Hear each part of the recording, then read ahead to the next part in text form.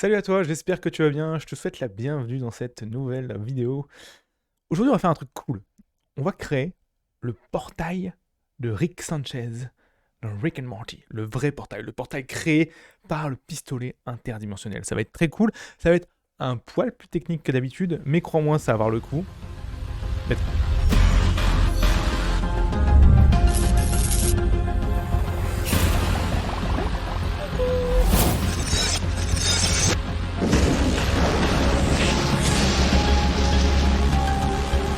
Alors, on est toujours sur notre scène et bah voilà, notre petit pistolet, il tire, il est content, mais il faut qu'il y ait un portail qui sorte quand il tire. Genre là, ici.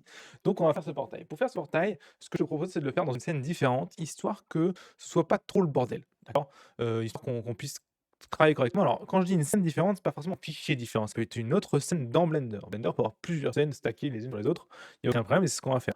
Donc ici, je vais l'appeler ici principal, parce que c'est la scène principale, d'accord? Avec un E, voilà. Pourquoi en majuscule? Parce que j'ai l'habitude de noter mes scènes en majuscule, on s'en bat les couilles. Et ici, je vais faire hop, et je vais faire un petit new ici, et là, juste new, pas full copy, juste new. D'accord. Alors moi, j'aime bien faire un petit copy setting, comme ça, toute la scène a les mêmes paramètres. D'accord. Par contre, dedans, il n'y a rien. Hop, voilà. Et dedans, je vais faire simplement, non pas un principal, j'ai appelé portal. Ok. Et je vais mettre dans le portal le même world que l'autre. Ok. Ici, j'ai world, je vais mettre le même world, comme ça, je sais que j'ai après le même éclairage. Et on est parti. Je vais créer un plan simplement pour avoir un sol, pour savoir, comment je travaille. Je reviens pas sur comment créer un plan, je pense que ça va. Et ici, on va juste se mettre comme ça, voilà, on va désactiver le sol pour que c'est activé. Et je vais créer du coup, pour faire le portail, un cercle, puisque le cercle, c'est un portail, OK? Donc ici, let's go pour faire notre portail. Alors, cercle, ce qui est important, c'est que le cercle soit plein. Donc ici, dans les paramètres de création, il faut que tu mettes n-gone, comme ça, il va être rempli. Et on va l'agrandir un petit peu. Tu vois, donc le radius ici, on va agrandir un peu. Voilà, ici, OK. Alors, en fait, non, le laisser à 1, pardon. On va le laisser à 1. C'est important que tu passes à 1 parce que sinon, on va faire après en shading ne fonctionnera pas. Hop, voilà. On va temporairement cacher le plan et on va se focus ici sur notre petit cercle et on va afficher les raccourcis en espérant qu'il ne crache pas. On sait qu'il a tendance à un petit peu à cracher quand on fait ça. Alors, je vais passer en rendu parce qu'en fait, ce qu'on va faire pour créer notre portail en fait, c'est des systèmes de rendu. OK. Premier truc à faire, c'est déjà scaler notre portail pour qu'il soit ovale, d'accord? Sur Y, quoi. Voilà, OK? Parce qu'en fait, le portail de Rick Sanchez, il est un petit ovale comme ça, OK? Donc on a notre portail ici et on va lui mettre un shader, d'accord? Donc hop, je viens chercher, hop, un petit shader. On va garder la timeline parce que j'en aurai besoin après. Hop, shader editor et je vais passer du coup en objet ici, d'accord? Et je vais faire un nouveau shader que je vais appeler SH sans trop de surprise, portail, OK?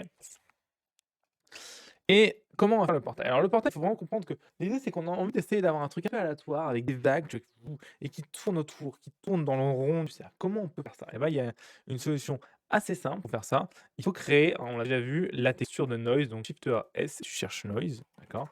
Et quand je l'affiche comme ça, le problème, c'est que c'est pas du tout en rond autour, OK? Et donc là, l'astuce, ça va être d'utiliser les coordonnées de texture. Alors les coordonnées de texture, je viens ici tirer et je viens chercher texture coordonate, d'accord?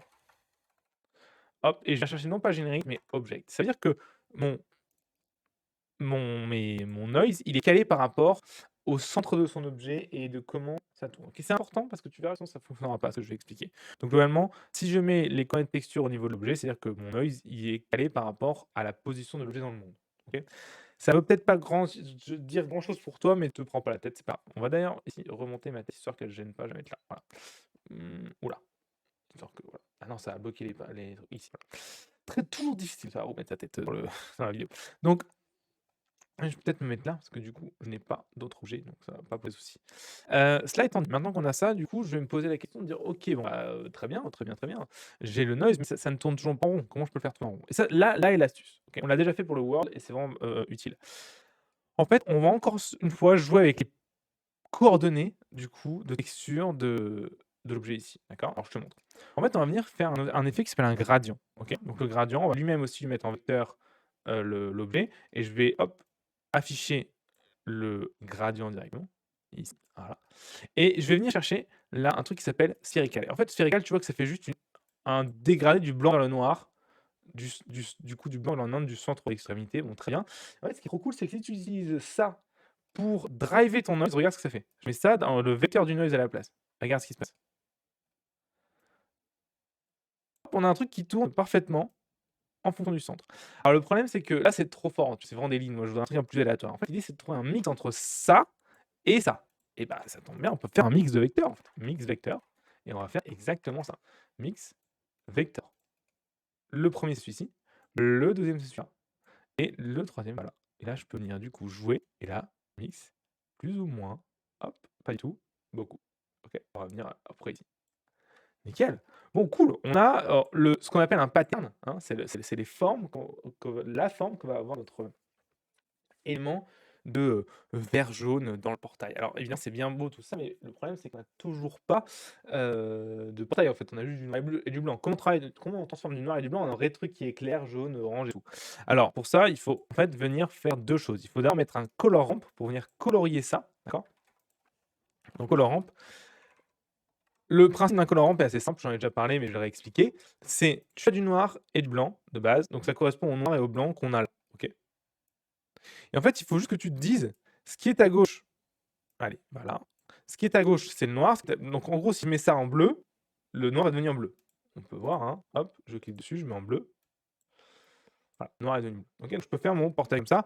Le portail de Rick Sanchez n'est pas bleu, il est plutôt, on part d'un bleu. Alors, à la limite, on peut peut-être partir d'un bleu un peu foncé pour vraiment le noir.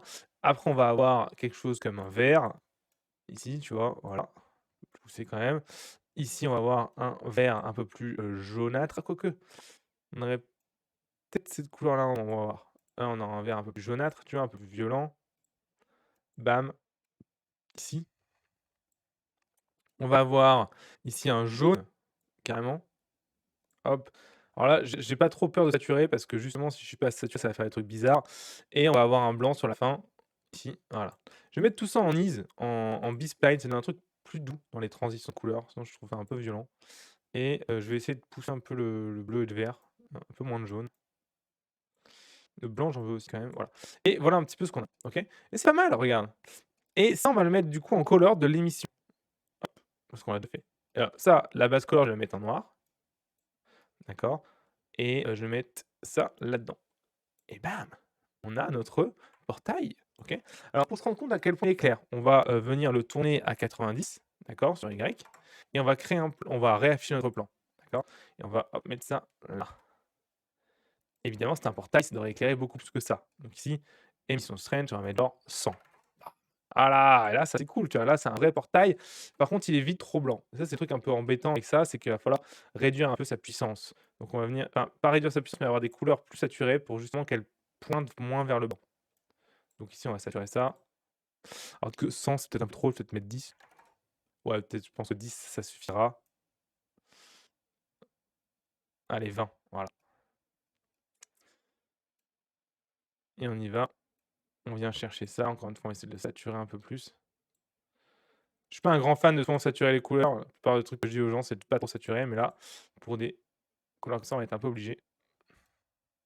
Je trouve que j'ai pas assez de vert. En fait, tout est trop bleu. Ah, c'est un peu chiant. En fait, ça passe direct au jaune. Et j'ai pas le vert en fait qu'il y a dans le. Peut-être que je peux baisser la valeur. Je pense qu'on va rattraper un peu de vert. Non? Non, il veut pas. Non, il va pas avoir le vert. Bah, du coup, on va simplement baisser un peu la puissance du coup pour essayer de rattraper le vert. On va peut-être ici un petit peu. Ouais, je pense qu'on est pas mal là, en termes de portail. Ok. Alors, je pense qu'il y a tu sais, les vagues du portail sont un peu trop grandes. Alors, je peux faire ça, je peux aller jouer avec le noise du scale pour avoir des trucs un peu plus petits, tu vois. Voilà, là, c'est un peu plus réaliste, tu vois. Et un autre truc, c'est que ça doit bouger, ça. Tu vois que là, pour l'instant, ça bouge pas. Et le portail, c'est un truc qui fait. Et pour le faire bouger, il y a une astuce assez facile, c'est que tu peux mettre ton noise en 4D. En fait, le W, en fait, ça revient à la valeur du temps. Et du coup, ça, en gros, c'est un truc aléatoire, quoi. Et ça, tu peux faire une animation, là, tu regardes. Donc, je peux mettre ici à 0, mettre un I, hein, tu connais hein, maintenant, I dessus. Et je vais mettre ça, je sais pas, moi, à la frame 250. Et je viens augmenter ça, voilà, genre à 0,5. Et j'appuie sur I. D'accord? Et là, du coup, maintenant, j'ai mon. Tiens, j'ai ça qui bouge. Yes? Pas mal, non? Je sais que c'est pas mal. Et du coup, on a notre portail en place qui sera stylé et en plus de ça, on va le smoother, hein, histoire que là, c'est un peu dommage que ce soit, on va dire, tout creepy, tout cringe. Donc hop, hop, on va venir ici, du coup, faire un modifieur de subdivision de surface qu'on connaît maintenant, je pense, hein, quand même, voilà. OK, donc on a notre portail.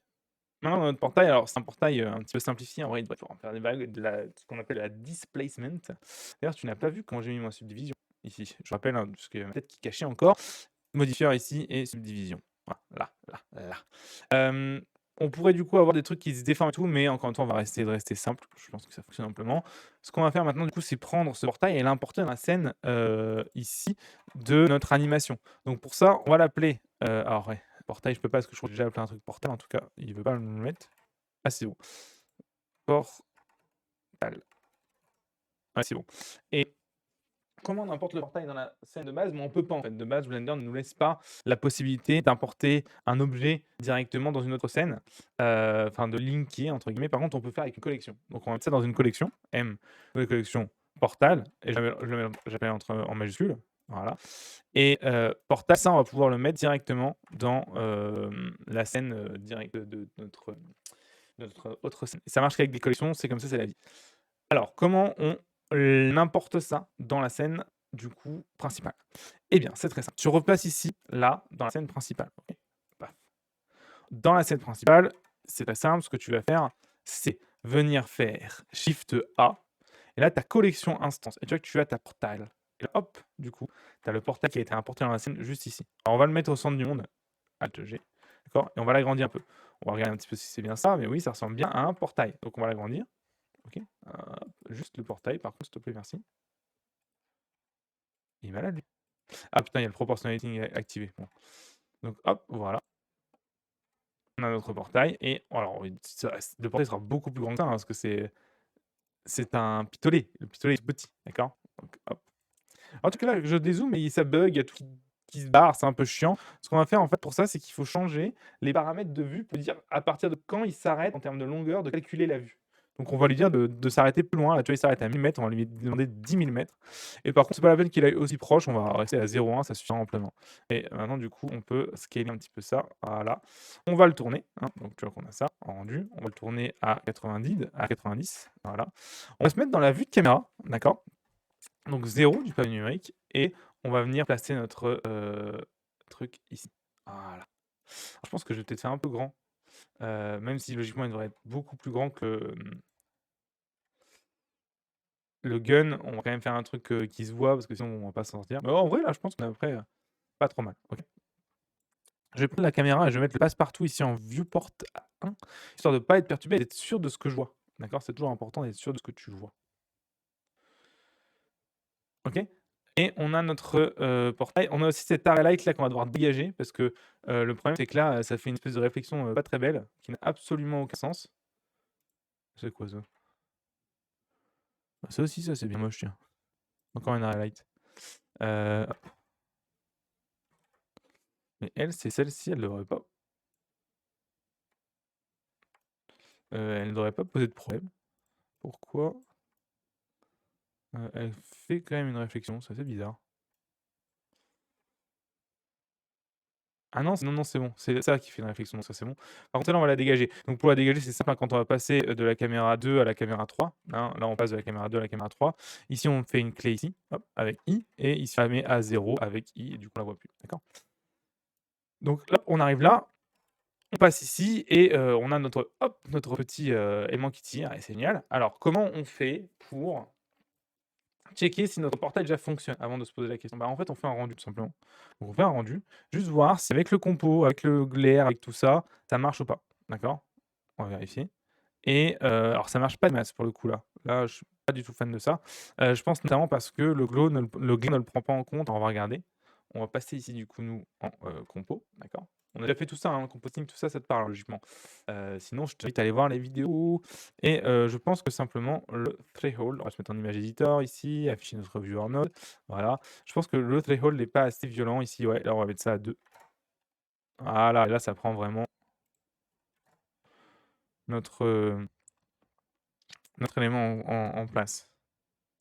C'est pas mal. En vrai, je pense que du coup, il est pas assez fort, hein. il est pas assez fort, mais j'ai peur qu'en le mettant trop plus fort, on perde notre côté un peu portail, vert, on va être très jaune. Je vais regarder et là, c'est vraiment on commence à rentrer dans les tweakings comme on dit. Hop, le shader, il est là. Émission de trend, on va essayer de mettre 40, refaire un rendu. Ouais, c'est mieux, c'est mieux. Non, mais en vrai, c'est mieux. Je pense que c'est quand même mieux du coup d'avoir ça et du coup, on a notre, petit, portail qui est prêt à l'emploi. Alors maintenant, le truc, c'est que c'est très bien d'avoir un portail, il est en place pour notre image, super, on est très content. J'ai une question, comment on le fait apparaître ce portail? Parce que là, c'est bien beau, mais en fait, il est juste tout le temps là et alors qu'il doit apparaître quand il tire. Eh bien, c'est très simple. En fait, on va commencer par envoyer 2 cercles du, de notre, pistolet qui va faire «vouh», d'accord? Parce que c'est ce qui se passe dans la série. Donc 2 cercles ici et après on va le faire grandir directement. Le problème qu'on va avoir, c'est que si on le fait grandir, il va grandir du sol. Moi, j'aimerais qu'il grandisse depuis son centre. Donc pour le faire grandir depuis son centre, ça, c'est vraiment très facile. On va créer un objet ici à son centre, à peu près, hein, si c'est pas près à son centre, c'est pas grave. À peu près là, d'accord? Donc je rappelle un shift clic droit pour placer le curseur 3D. Le curseur 3D, pourquoi je le place? Bah, rappelle-toi, c'est parce qu'il y a ce petit truc assez cool, c'est que dès que tu crées un objet, donc par exemple ici un empty, il va se créer à l'endroit du curseur 3D. Donc ça me permet d'avoir la position de l'objet qui vient être créé gratos en fait. Et ce qui est cool, c'est qu'on va prendre la collection, l'empty, on va les parenter. On va parenter du coup, la collection l'empty. CTRL P, keep transform. Ça me permet après, du coup, avec l'empty, que je vais d'ailleurs dégager de ma collection et je vais la mettre dans cette collection pour l'instant. Hop, voilà. Cet empty là, en fait, ça me permet d'être le portal, du coup, portal, et je vais appeler CTL pour contrôleur. Et ça me permet simplement de scaler du coup l'empty et de scaler le contrôleur depuis son centre, tout simplement. C'est un truc très très pratique que j'aime beaucoup faire. On va changer la forme de ce contrôleur, on va le mettre en cercle, ici, et on va agrandir un peu le cercle, histoire de, voilà, de montrer, voilà, je contrôle le contrôleur, la collection ici. Tout le temps très pratique ça. Et avec ça, ce qu'on va faire, c'est qu'on va du coup venir scaler ça en tout petit pour le faire apparaître. Alors, par contre, il faut venir évidemment faire ça au bon endroit. Donc ici, je tire, pouf, pouf, pouf, donc ça va commencer à apparaître ici. Alors ça va aller très vite, hein, je vais vraiment aller très, très vite. Donc attention, alors tu peux être tenté de mettre un scale à 0. Je te déconseille de mettre un scale à 0, ça fait bugger le motion blur dans Blender. Donc tu mets un scale genre à 0,001, OK? Et on va mettre une clé sur les scales du coup, d'accord? Et il va mettre genre 3 frames à s'activer. 1, voilà. Je t'ai dit, ça allait très vite. Et on va changer la courbe. Je veux que ça accélère puis ralentisse. Donc dans le Graph Editor, hop, hop, encore une fois, je passe assez vite là-dessus parce qu'on a déjà fait les courbes sur l'animé, donc logiquement, ça doit être un peu plus clair pour toi. Ça doit accélérer ici, puis ralentir. Donc, c'est-à-dire que ta courbe, elle doit faire un truc comme ça. D'accord? Plus c'est vertical, plus ça va vite, je rappelle. Alors, on est sur 3 frames, hein, ça ne se verra pas beaucoup, mais voilà. Un petit peu, OK? Nickel. Et en vrai, je pense qu'on peut le faire grandir tout doucement jusqu'à la fin de l'anime. Genre jusque-là, on peut faire un petit peu grandir. Pas mal, non? Alors, on va essayer de voir ce que ça donne dans la caméra, histoire de voir ce qu'on fait déjà. Et ici. Donc, il tire. Piouf! OK. Alors, il tire, c'est cool, mais il faudrait que on ait évidemment ces 2 cercles qui vont partir à cette image-là pour venir créer cet élément-là, d'accord? Ce portail-là. Alors, comment on fait nos petits cercles ici? C'est très, très simple. On va venir créer ici, à la base de l'œil, shift clic droit encore une fois pour poser le curseur 3D au bon endroit, un cercle. Donc shift A, cercle, d'accord? De la même manière que tout à l'heure, le cercle, je vais lui dire d'être plein. Donc attention à bien être plein ici en Ngone. Ensuite, je vais passer en édition, en faisant tab, je vais sélectionner toute l'arête ici, toutes les arêtes, donc pas la face, juste toutes les arêtes ici, voilà. Alt, clic gauche, et je vais faire E pour une extrude et S. Et du coup, ça va me donner l'épaisseur ici, tu vois. OK. Maintenant, je vais prendre cette face-là, en face, ici, voilà, X face. Je vais prendre cette face-là, X face. Maintenant, du coup, on a vraiment un cercle qui va parcourir notre vaisseau. On va le tourner à 90 sur X. On va le mettre dans la bonne direction, quoi. Là, il a l'air pas trop mal. Hop. On va l'agrandir un petit peu, ici, et on va le mettre là. D'accord? Ça va être l'endroit où il va tirer. Et ce cercle-là, on va le mettre, du coup, dans une nouvelle collection qu'on va appeler Circles. D'accord? Et je vais venir dire: «OK, à cette image-là, tu es tout petit et tu es là». I et on va mettre une clé, du coup, sur location, rotation et scale. D'accord? Et on va avancer jusqu'à la création du portail. Donc je vais faire Alt molette d'ailleurs hein, pour faire bouger mes frames. Et hop, donc la création du portail est là. D'accord. Et du coup, je vais me mettre dans la vue de caméra et je vais faire. Ok.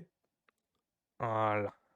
Donc ça fait il tire. Pfiou. Attention, par contre, là, il ralentit, alors qu'il ne devrait pas ralentir. Ça devrait tout le temps. Là, la vitesse, elle doit être constante. Donc, dans le graph editor, une vitesse constante, rappelle-toi, tu le sais, parce que tu as déjà vu les cours d'animation, sinon on va aller voir. Encore une fois, tout est en haut. Tu prends tes clés ici, tu prends toutes tes clés, attention à ne pas te tromper, tu prends toutes tes clés, T, comme Tiffany, et L. Bah, pourquoi je dis Tiffany? Hop, et on a du coup notre premier. Pfiou. Ok. L'idée qui serait bien, c'est qu'on en ait deux qui se suivent d'une frame. Donc ici, ce que je vais faire, c'est que je vais dupliquer ce cercle. D'accord. Et je vais prendre toutes les clés et je vais les décaler juste de une frame à droite. Du coup, ils vont tous se suivre d'une frame. Pour ça, je fais G pour déplacer les clés, X pour les contraindre à X, et juste, bah, je ferai une frame en plus. Et du coup, maintenant, on a deux cercles derrière.